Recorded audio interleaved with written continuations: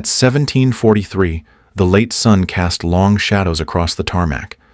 Inside the cockpit of the HH-60W Jolly Green II, Captain Riley Hawthorne sat still, helmet off, gloves unclipped and resting on her thigh. The crew chief had signed off post-flight nearly 30 minutes earlier, and yet she hadn't moved. The heat outside shimmered in waves beyond the canopy glass, muting the world in a glaze of dust and light. Her visor sat beside her, chin strap twisted, one edge marked by a scuff from 2 months back when it bounced off the cargo ramp. That day had been clean on paper. Coordinates loaded, launch code verified, airspace green. But they had reached the ridge late. Comms were intermittent. The fire team had already started bleeding out by the time they arrived. 3 lost. Riley had flown the bird back without speaking, without removing her gloves, without acknowledging the space left behind. Since then, she hadn't touched the visor. The rotors sat quiet above her, still warm from the earlier spin. A low background murmur crackled in her headset idle frequency chatter, most of it unrelated. She adjusted the VHF volume slightly, not out of need, but restlessness. Her left boot tapped once against the pedal, not enough to shift anything. Habit, more than motion. Beyond the fence line, 2 Blackhawks were parked facing the wind. Their blades caught a slant of light but didn't turn. Riley's gaze lingered there before sliding to the left, toward the flight line's far edge where an older C-130 sat shuttered and baking. She didn't need distraction, but quiet like this had weight. Then the radio popped alive with a harsh cut of static. The voice was low and ragged, half garbled by terrain. "Bravo team, 4 wounded, pinned near Sector Echo, South Slope. No eyes on the threat. Smoke deployed, color purple, requesting evac." The signal stuttered, then fell silent. Riley listened, waiting for follow-up. A pause. Then command came through, clear, clipped, direct. Echo sector confirmed hostile. Sniper activity logged, no overwatch in place. Red airspace, no launch authorization. Hold all rotary assets. She didn't blink. Her fingers hovered over the center console, 1 inch above the mission log switch. She didn't flip it. Not yet. The engine indicators were dark, gauges steady, fuel topped off. Her bird was ready to fly, and she had known that before the call came through. The faint hum of the hangar fans drifted in through the open ramp. Somewhere out of sight, the maintenance team had already shifted to standby rotation. Nothing urgent, just a hot, heavy afternoon where the hardest thing was deciding to move. The red zone wasn't new. She'd flown into worse. What caught in her chest wasn't fear. It was the memory of getting there late, seeing the last trace of movement fade through a scope from 60 feet above, too far to fix anything. She leaned forward, adjusted 1 dial on the dashboard that didn't need adjustment, then drew a slow breath through her nose. The edges of the canopy were smeared with the dust of previous missions. In the lower right corner of the panel, someone had taped a small strip of fabric. It read, "Back before dark." She didn't remember who had put it there, but it stayed. Through the haze beyond the ridge, smoke curled upward. Even from this distance, she could imagine the shade. Purple meant alive, meant breathing. No launch, that was the order. She lowered her hand to the ignition switch, didn't touch it. The crew chief was still inside, probably checking flight manifests, unaware. Riley exhaled again, slow and even. Then, barely above a whisper but clear enough to hit the mic, she spoke. "They're still breathing." The operations room was sealed tight against the heat. Fluorescents buzzed low overhead, giving everything a faint green tint. A tactical map glowed across the central table, Sector Echo outlined in a translucent red overlay that bled into the surrounding grid. Sniper activity was marked in slashes on the northern ridge, updated from drone feed 90 minutes prior. The colonel didn't raise his voice. He tapped 1 finger against the map, speaking with the edge of a capped pen. 4 pinned down. Terrain unfavorable. Slope exposure high. No air cover. No recon drones available until visual improves. The language was clean, precise, danger distilled into briefings and perimeter codes. Riley stood toward the back of the room, arms loose, gloves clipped to her belt. Her flight suit still carried the wrinkles from the cockpit seat. She hadn't spoken since entering. Didn't need to. The room moved on its own rhythm, indifferent to silence unless it interrupted flow. A junior analyst pulled up a new satellite angle on the adjacent screen. Elevation drop along the southeast axis made it impossible to establish a safe ingress route without exposing the bird to high-angle fire. The colonel barely glanced. Red status holds. No deviation. Wait for confirmation of neutralized threat. He clicked his pen once, as if punctuating the point.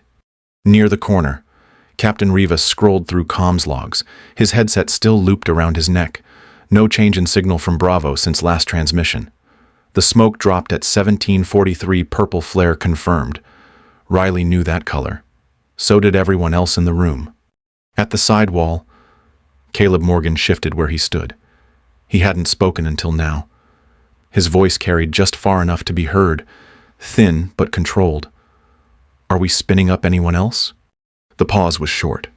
The commander, a major with short-cropped gray hair, turned his head slightly. Negative.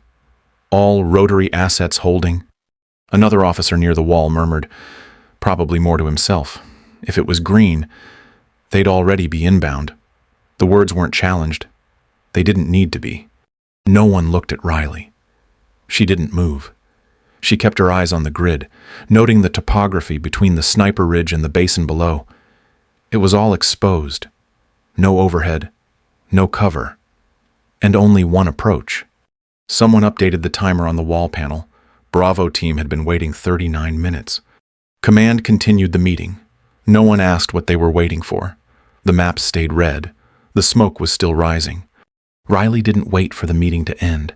She stepped back from the wall and walked out through the side hatch, the door catching a fraction of a second before swinging shut behind her. No one called after her. Nothing in the room had been directed her way. But the silence that followed her out carried weight. The hallway outside was empty, its lights dimmed to conserve power. Her boots hit the floor in a rhythm that was neither rushed nor slow, just deliberate. She passed the comms panel without looking at it, then moved past the mission board still cluttered with color-coded markers and half-erased notations. One sheet of pre-mission checklists flapped loose against the cork from a wall fan down the corridor. Her name was on it. The signature line was blank. She reached the gear bay and paused, not from hesitation but to breathe. The air smelled faintly of cleaner and engine oil, the kind of smell that clung to flight suits and stayed long after. Behind her, another pair of boots echoed down the hallway. Caleb. He was following now, but with the posture of someone who wasn't sure if he was meant to. Riley didn't turn. Garza appeared from the left side of the hangar, already moving. He carried a rolled loadout sheet in one hand and a harness kit in the other. His undershirt was darkened with sweat at the collar. And he didn't ask questions. He handed the paperwork to her without speaking and started walking toward the bird. Caleb stopped 2 steps behind her. His voice was low, not quite uncertain, but not firm either. They said it's red.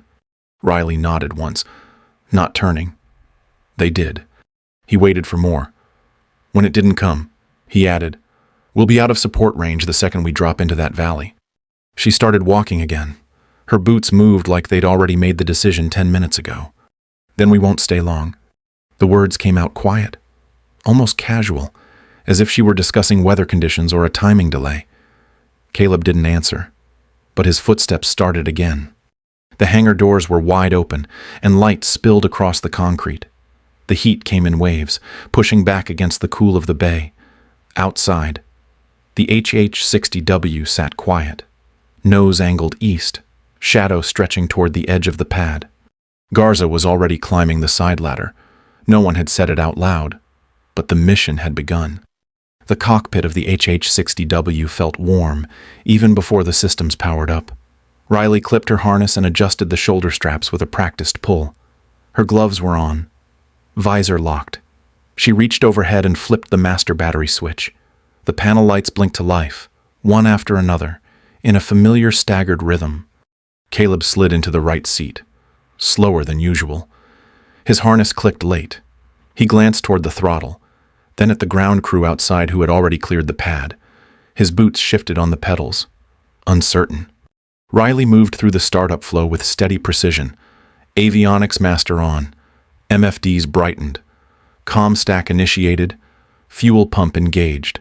She watched the fuel pressure stabilize, then rolled her wrist to unlock the engine switch guard. The turbines began spooling, low at first, then rising. The vibration crept in through the seat frame, subtle but growing. Rotor system engaged. The main blades started their slow cycle, chopping the air with even repetition. Caleb kept his eyes on the gauges. Hydraulic pressure confirmed, rotor RPM stable. Warning stack cleared. Riley tapped the caution screen once to reset the display. No errors. Caleb leaned slightly toward her. Voice carried through the headset. Quiet, but deliberate. You sure they're still out there? Riley didn't turn. Her left hand adjusted the panel lighting just enough to sharpen contrast. She spoke without raising her tone. They threw smoke. That means they were still breathing. Outside, the rotor wash began to stir dust from the flight line. One of the maintenance crew jogged clear, waving once toward the tower before ducking behind the barrier. Riley shifted the collective 1 degree to test responsiveness. The bird answered clean. The RPM climbed again, stabilizing just under flight threshold. Caleb's hands hovered near the control stack, not quite touching anything. His checklist sat unopened in the side pocket. He didn't reach for it. Inside the cockpit, the vibration was now constant, part of the space.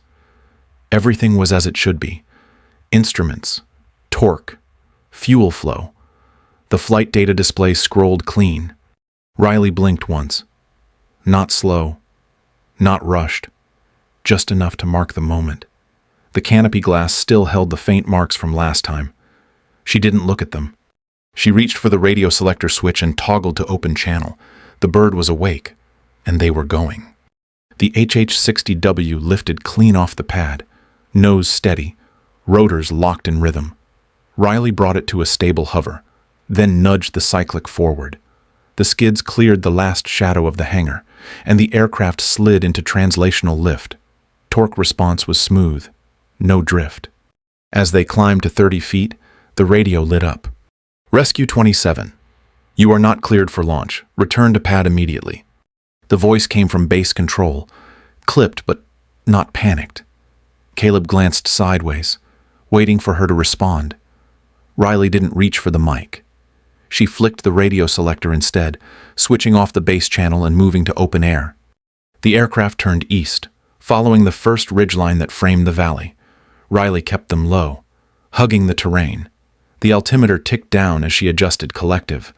They passed under 200 feet AGL within 20 seconds, well below visual detection from tower sensors. The terrain ahead rose in narrow folds. She banked left, following a dry wash that twisted toward Sector Echo. No smoke yet, no visual contact, but the wind was pushing in the right direction. They'd smell the bird before they saw it. Caleb stayed quiet. His hands were near the controls, but he didn't interfere. He glanced once at the digital mission timer. Riley hadn't started it. Behind them, the base shrank fast, its lights already fading behind ridgelines. No other air assets followed. No call came through the alternate band. Inside the cockpit, only engine noise and a rotor hum filled the headsets. They dropped under the first elevation mask, cutting a shallow turn into the canyon mouth. The fuselage flexed slightly with the change in airflow. Riley's grip on the cyclic didn't shift. Her fingertips floated on contact, ready, but not tense. The route ahead narrowed to a 2-minute corridor. High rock to the north, slope break to the south. No line of sight from command. That was part of the plan. She didn't look back. The aircraft was committed. No turning now. The mission profile didn't exist. The order hadn't been given. But the smoke was out there. They dropped another 15 feet, barely above brush line. Dust rose briefly, then flattened. Riley keyed the crew channel, not to speak, but to open it. The bird stayed quiet. But it moved forward. The canyon narrowed ahead of them, its walls pulling in like the throat of a bottle. Riley eased the collective down another inch, letting the HH-60W settle tighter into the terrain. The airframe responded clean, hugging the slope. They were under 100 feet AGL, blades slipping just over rock spines and washed-out scrub. There was no drone feed, no satellite update, no real-time telemetry from base. Riley flew on muscle memory, and the terrain map burned into her mind from countless pre-mission overlays. The HUD fed her altitude and terrain clearance in bursts. But the caution prompts were stacking fast. She acknowledged each without pause, clearing the warnings without looking away from the ridgeline. The air here was dead, not from stillness but from pressure. Every dip in elevation shifted the lift profile. Every rise was a potential blind turn. She kept them right of centerline, where the slope rolled up instead of down. The HH-60W responded with discipline, blade pitch compensating for the drop.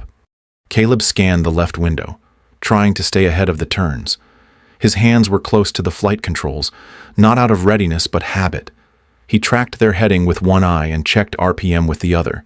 It was stable, but high. That was expected. Ahead, the next bend narrowed again. Riley banked shallow, nose 10 degrees left, easing into the contour. She adjusted trim with a 1/4 inch of pedal. The aircraft didn't shake. The vibrations were consistent engine temp, rotor torque, all green, barely. She dropped them another 10 feet. Skids now only 20 feet above the uneven rock floor. Terrain masking worked both ways.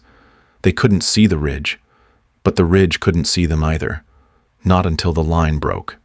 A sound cracked overhead, not a malfunction, not a misfire, a rifle shot.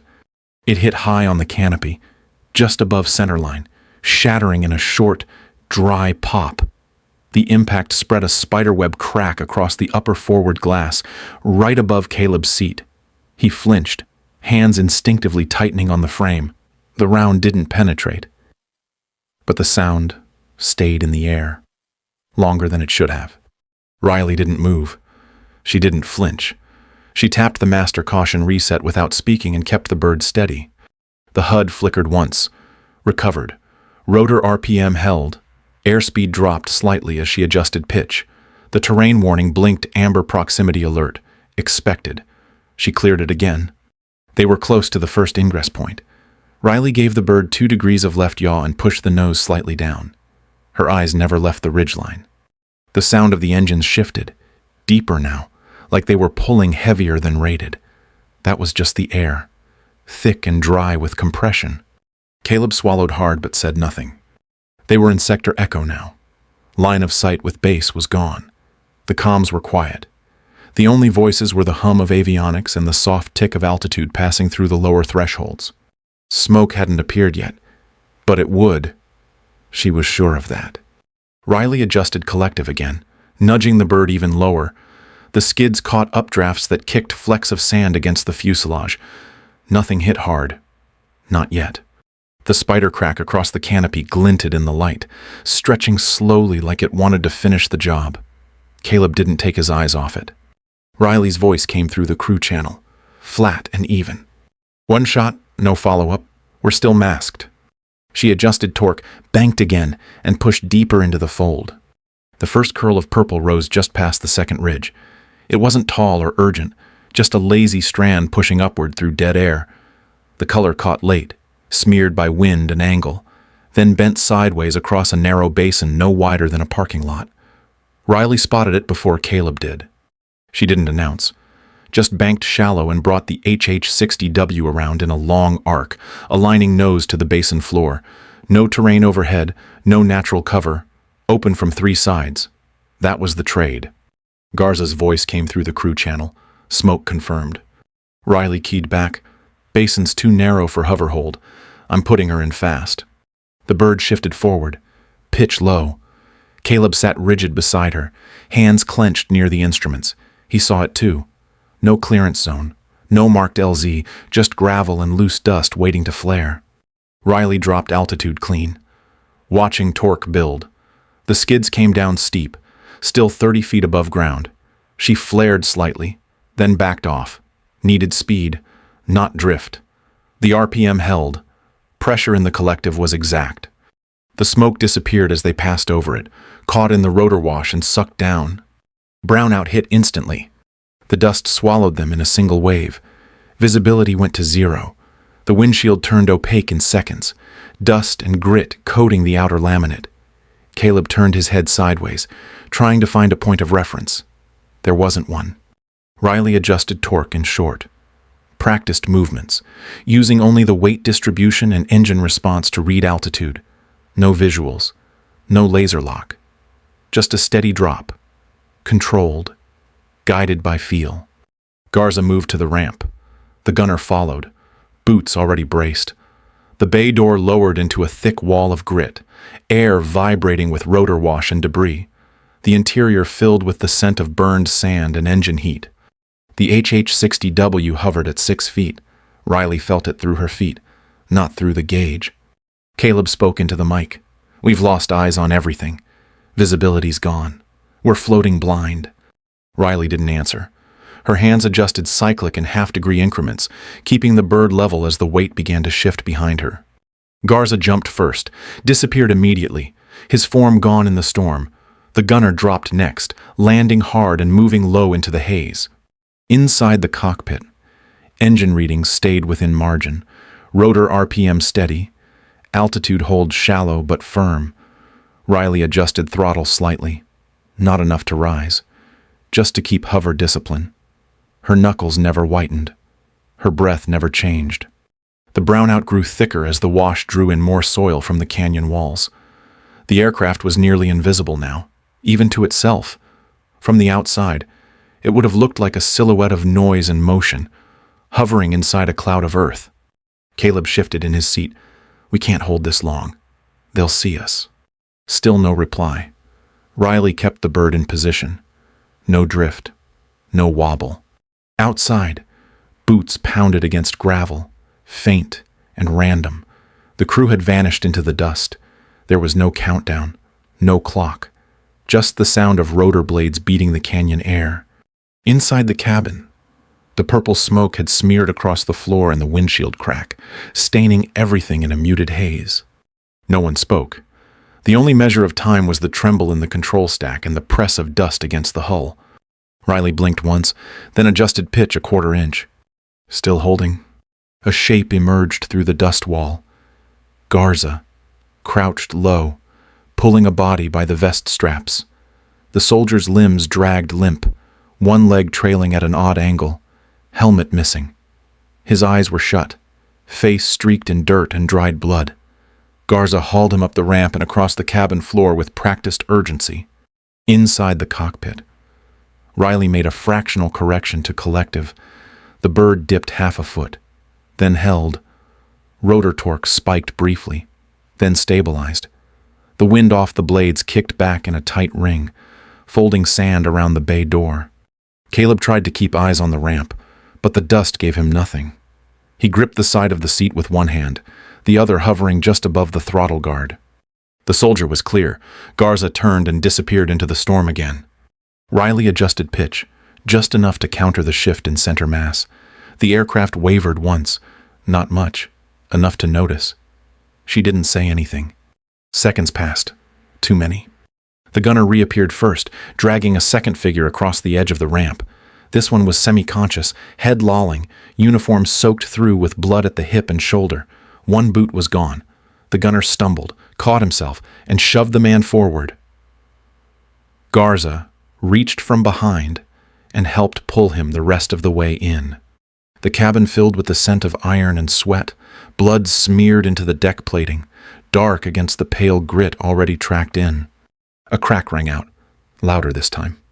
The sniper's second round struck the lower fuselage, near the rear bulkhead. It didn't breach, but the sound echoed like a drumhead through the cabin. Caleb jerked toward the window instinctively, trying to see. His voice broke through the crew mic. "We're taking fire." Riley said nothing. Her hands didn't move from the controls. The RPM stayed within limits. She felt the pressure difference in her heel and corrected with pedal. subtle and automatic. The gunner dropped to one knee beside the ramp and scanned the ridge. Nothing visible. Dust too thick. Line of sight broken from both ends. Caleb turned to her again, more force in his tone. "We can't stay here, they're ranging us and we've got no visual." Still no answer. Riley checked the torque band. Still stable. Airspeed 0. Skids hovering at 6 feet. She adjusted for weight shift again. Behind them, the two bodies lay motionless. But they were inside. That was 2. She reset the master caution for the second time and leaned slightly into her harness. Still holding, still waiting, still in. A flash of movement cut through the dust. Garza reappeared, bent low and dragging a smaller frame behind him. The third soldier was barely conscious, one arm slack, the other clutching weakly at his vest. His leg didn't move at all. The limb was twisted, pant legs soaked through dark. Blood trailed in a broken smear across the ground. Caleb leaned forward, voice loud in the crew mic. "We've got a lift, we're done." The hull vibrated again, low and deep. Not from impact this time, but from rotor strain. The heat in the cockpit had risen. Warning prompts blinked and cleared in short sequence. Torque was high. Dust clogged the peripheral vision. The aircraft was barely visible even from within. Riley didn't respond. Her hands stayed where they were.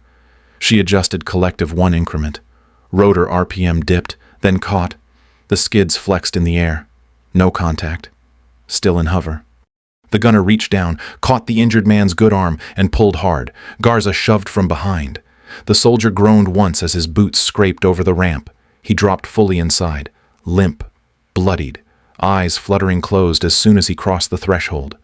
"Ramp's clear." Riley didn't wait.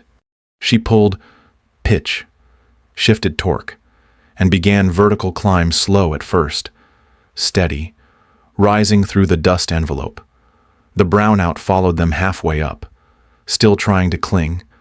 Visibility improved only as the bird pushed through the upper edge of the cloud. The walls of the canyon were closer now. The basin narrowed into a cut barely wide enough for rotation. Caleb called it out instinctively. Wall left, 2 meters, 1.5. The HH-60W banked right, tail rotor brushing air within arm's length of the rock face. Riley compensated with pedal input, tight and precise. The aircraft flexed under torque shift, nose realigning just as they cleared the bend. Altitude rising. Warning prompts faded. Rotor stress still high, but stable. The radio cracked with static. A voice cut in from command. "Rescue 27, you are not cleared to enter red zone. Return to base immediately." Riley keyed the mic with one hand. "They're still breathing." She didn't wait for reply. Below them, the basin disappeared into shadow. The purple smoke had faded. The dust still drifted. But 4 bodies were on board. The HH-60W leveled out just above ridgeline. Rotors clean. No visual lock behind them. The canyon fell away. Open sky ahead. Caleb exhaled hard, one hand still clenched tight against the console. Riley kept the bird moving. No turn. No pause. The air ahead was clearer now. But the crack across the canopy remained. The briefing room smelled like filtered air and paper. Lights overhead buzzed at a low hum, steady and impersonal. Riley sat straight in the center chair, gloves tucked back through her belt, helmet resting on the floor near her boots. Her flight suit still carried the crease from the harness straps. Across from her, 2 officers sat behind a narrow table, a colonel and a major, both in pressed uniforms without dust, without heat, without noise. A single manila folder lay open between them, a few sheets already marked. The colonel didn't look up at first. He tapped one finger against the paper, reading silently. Then he spoke. "You launched without clearance. Entered designated red airspace under active threat condition. That constitutes unauthorized deviation from protocol." Riley said nothing. The major leaned forward, voice level, tone practiced. "Your aircraft sustained structural stress under fire. You maintained a hover in degraded visual conditions. Flight data shows exposure to multiple threat vectors. Do you dispute any of that?" "No, sir." The colonel flipped a page, ran a line down the margin with the edge of his pen. "You extracted 4 wounded personnel. 2 are stable, 2 remain in critical but responsive condition. Their medical status has been confirmed. She nodded once, no words. There was a pause, not long, just enough to register. We're not making a determination today. There will be review, possibly a board. Until then, you're to remain on standby status. You'll report daily at 08U0. Understood. The folder closed. The colonel didn't slide it away. He just rested his hand on top of it. You made a choice, Lieutenant, one that exceeded your authority. There's a reason we have chain of command. Riley looked at him for the first time. Her voice, when it came, was even. No weight added. No emphasis. There was no one else coming. The colonel didn't answer. Neither did the major. The silence that followed wasn't angry. Just institutional. Cold. Well-trained. Riley stood. No one offered anything further. No acknowledgement. No reprimand. No gesture of approval. She collected her helmet without a sound and stepped out of the room. The hallway outside was quiet, light bouncing off tile in the same dull rhythm as always. No one saluted. No one looked twice. She walked through the corridor with the pace of someone who'd already processed the outcome. No medals, no citations, just 4 breathing men, and 1 silent flight back. The canvas of the medical tent shifted slightly in the wind. Outside, the sun was low, casting a long shadow across the gravel path. Riley stepped lightly, boots silent against the packed dirt. Her flight suit was still zipped high, collar stiff with dried sweat, sleeves creased where the harness had pressed. A field nurse exited the tent, holding the flap open just long enough. Riley didn't ask permission. She ducked inside, letting the heavy air close around her. The lighting was soft, a single strip buzzing low across the ceiling rig. The space was divided by thin partitions, but she could see enough. 4 stretchers, 3 flat, 1 slightly elevated. IV bags hung still, clear lines trailing down to forearms marked with gauze and blood that hadn't been fully cleaned. A med tech moved silently between them, checking vitals. No one looked up. The soldier on the end cot was awake, upright, barely. His right shoulder was wrapped thick in compression tape. His other arm rested in a sling made from a piece of torn camo fabric. His face was drawn, edges pale, jaw set. He didn't smile, didn't speak. He saw her. Their eyes met for a second. Not long, not searching. He gave a short nod, small, almost like a reflex. It wasn't approval, not gratitude, just confirmation. She was there. He was alive. That was enough. Riley nodded back. Not wider, not slower, just the same. She didn't move closer, didn't ask anything. Her arms stayed at her sides. Her gloves were still clipped to her belt, untouched since takeoff. The other 3 didn't stir. One had a mask over his nose. Another had 1 boot off, foot wrapped in soaked gauze that still leaked pink at the edges. The 4th was flat on his back, blanket up to his ribs, fingers twitching once in a spasm, then still. Riley scanned the room, then let her gaze drop to the floor. The smell was a mix of antiseptic and iron, not overwhelming, just there, embedded. She turned to leave without making a sound. The flap didn't snap shut behind her. It just fell into place. Outside, the wind had slowed. The canvas rippled once and held. The sun had dipped lower, lighting the edge of the hangar row with a dull orange glow. Riley didn't speak to anyone on the way back. She didn't need to. The 4 of them were here. That was the point. The night had settled over the flight line in full. The concrete held the memory of heat, still warm underfoot, though the air had cooled. Overhead, the hangar lights were dimmed, just enough to trace the outline of the aircrafts parked in silence. The HH-60 sat at the far end, ramp still down, rotors tied, engines off. A dull red beacon blinked from a post nearby, not urgent, just routine. Riley sat on the rear ramp, elbows resting loosely on her knees. Her gloves were beside her, folded without care. She hadn't changed. The flight suit still bore the marks of the harness. The dust, The pressure. The back panel of the cabin was quiet. Instrument lights faintly glowing in standby, like the bird itself was still winding down. Garza eased down next to her, not saying anything at first. His shirt was streaked in dried sweat, the sleeve stained from where he'd dragged the second body across the ramp hours earlier. He looked out at the runway like it was worth watching. Maybe it was. Caleb appeared a minute later, walking slower than usual, careful in the way that said his mind hadn't quite rejoined his body.